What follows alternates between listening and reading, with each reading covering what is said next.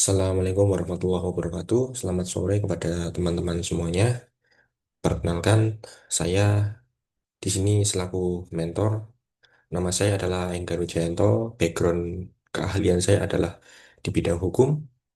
Nah, pada kesempatan sore hari ini, saya di sini akan menyampaikan materi terkait dengan bagaimana strategi efektif menulis dalam publikasi ilmiah.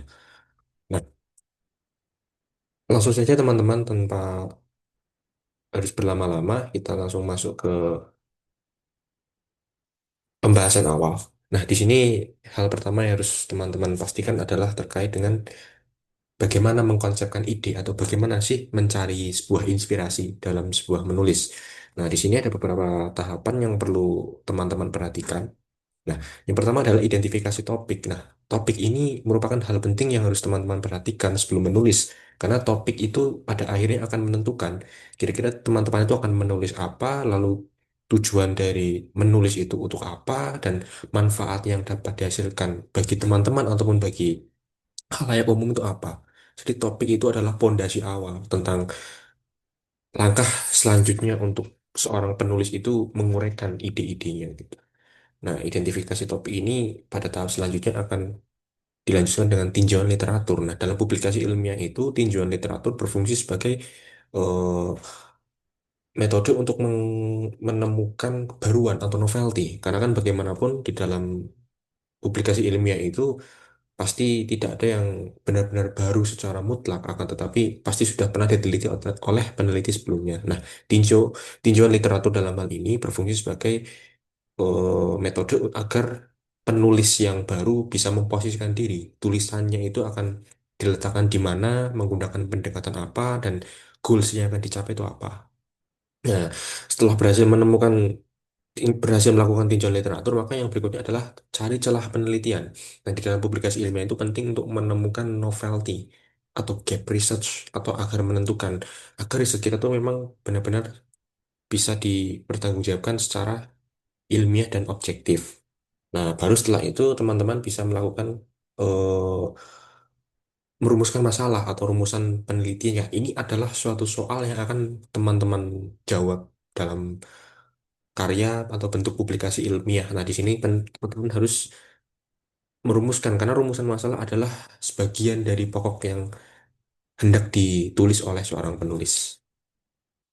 Nah, setelah teman-teman itu berhasil menentukan ide atau memfokuskan ide, maka sekarang adalah bagaimana mengkonsepkan ide, bagaimana untuk menuangkan ide itu lalu menyelesaikan ide itu ke dalam sebuah karya atau tulisan. Nah, penting bahwa di dalam sebuah publikasi ilmiah itu tentu ada namanya metodologi. Nah, metodologi itu adalah cara atau jalan untuk bagaimana seorang penulis atau dalam hal ini adalah seorang peneliti untuk menyusun atau mempertanggungjawabkan apa yang menjadi ide dasar dari dia menulis, lalu apa yang hendak dia wujudkan dalam menulis, dan yang terakhir adalah implikasi apa yang hendak diciptakan oleh penulis tersebut. Karena kalau dalam publikasi ilmiah itu tentu metodologi merupakan kunci utama gitu agar tulisan itu benar-benar objektif dan dapat dipertanggungjawabkan.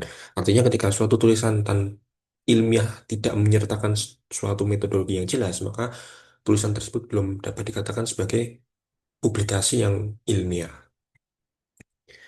Nah, lalu teman-teman, kita masuk pada bagian yang selanjutnya adalah tentang menulis ide atau menuangkan gagasan yang ada dalam pikiran teman-teman. Tentu yang pertama teman-teman harus membuat sebuah outline atau gambaran-gambaran yang apa saja yang mau penulis uraikan, teman-teman mau uraikan, teman-teman mau sampaikan di dalam tulisan itu perlu dibuat outline atau kerangka.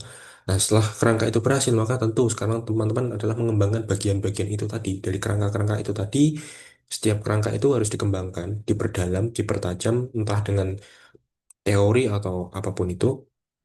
Jadi, ini harus teman-teman perhatikan. Di kerangka ini adalah untuk memandu teman-teman agar teman-teman bisa fokus dan bisa menyelesaikan tulisan itu dengan cermat dan baik serta terukur. Nah, lalu yang penting juga diperhatikan teman-teman adalah menggunakan bahasa yang lugas. Nah, menulis ilmiah itu juga khususnya penulis ilmiah itu juga harus dituntut menggunakan bahasa yang lugas, artinya bisa dipahami, jelas ya, atau formal dan Intinya tidak menimbulkan ambiguitas. Nah, artinya jangan sampai ketika teman-teman menulis sebuah karya ilmiah itu menggunakan bahasa yang tidak baku, bahasa yang sulit untuk dimengerti oleh halayak umum. Karena dalam artikel ilmiah itu bahasa harus diperhatikan agar dia tetap objektif sesuai dengan kerangka konsep yang sudah teman-teman kembangkan tadi.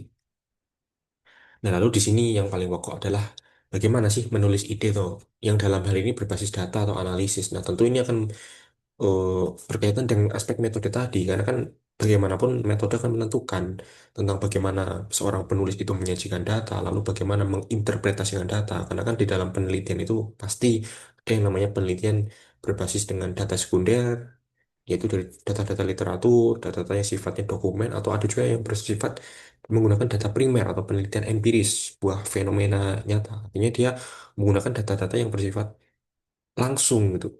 Peneliti menemukan data itu seperti ada dengan metode wawancara, dengan metode dokumentasi dan observasi. Nah, itu nanti akan terkait dengan aspek metodologi. Nah, di sini penting untuk bagaimana seorang penulis itu mampu menguraikan dan mengolah data sehingga menghasilkan sebuah analisis yang tajam. Nah, ini data dapat disajikan dengan tabel ketika datanya bersifat kuantitatif atau grafik, atau misalkan data kualitatif, tentu itu membutuhkan keahlian untuk membangun narasi agar data yang bersifat kualitatif itu bisa dipahami oleh para pembaca. Nah, itu akan ditentukan bagaimana dengan teknik interpretasi atau penafsiran dari data tersebut. Nah, lalu yang terakhir ini yang paling penting, teman-teman. Nah, ini menyelesaikan ide atau merampungkan naskah. Itu ada beberapa tahap. Yang pertama ada tahap tentang periksa tata bahasa. Tentu penting ketika teman-teman sudah menulis, tidak mungkin setelah selesai menulis langsung jadi 100%. Tentu butuh penyempurnaan, terutama dalam bahasa. Karena takutnya ada salah menulis atau kata yang tidak jelas, kata yang tidak tepat, kata berulang gitu. Nah, itu tuh kan sangat penting untuk diuraikan, diperiksa agar tulisan tersebut bisa tampil dengan hasil yang terbaik.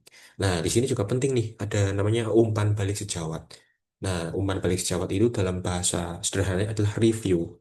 Nah, jadi teman-teman itu bisa ketika sudah selesai menulis, bisa memberikan umpan balik kepada teman-teman yang memang punya kolega relasi yang paham tentang menulis, bisa untuk mereview naskah yang sudah teman-teman tulis itu.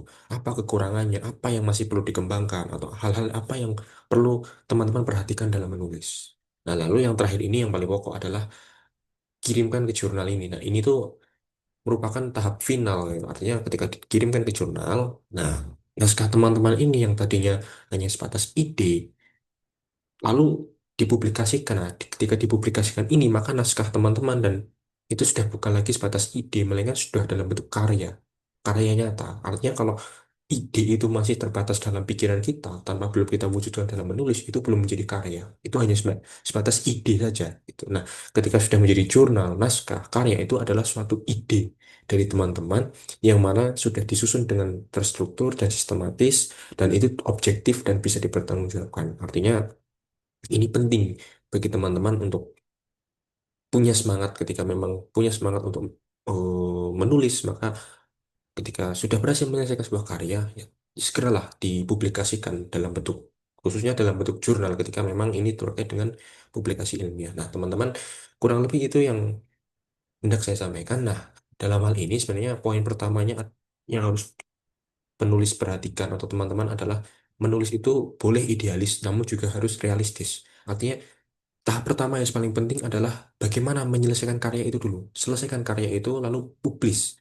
Pasti itu akan menjadi semangat bagi teman-teman agar ke depan bisa berkarya lebih banyak lagi. Yang kedua adalah kesabaran. Kesabaran tentu seorang penulis itu tidak bisa lantas tiba-tiba menghasilkan karya, butuh kesabaran, proses gitu.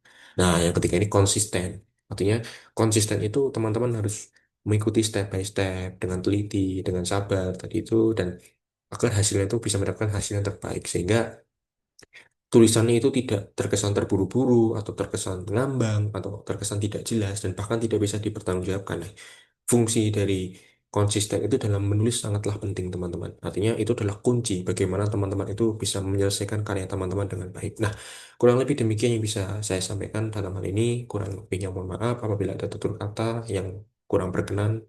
Billahi taufiq wal hidayah. Wassalamualaikum warahmatullahi wabarakatuh.